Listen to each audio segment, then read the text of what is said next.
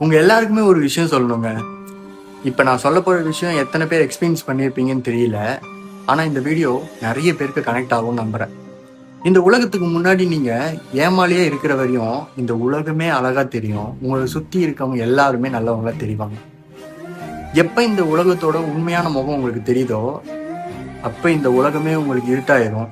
உங்களுக்கு கூட இருக்கிறவங்களை கூட உங்களால நம்ப முடியாத ஒரு இடத்துல போய் நிற்பீங்க.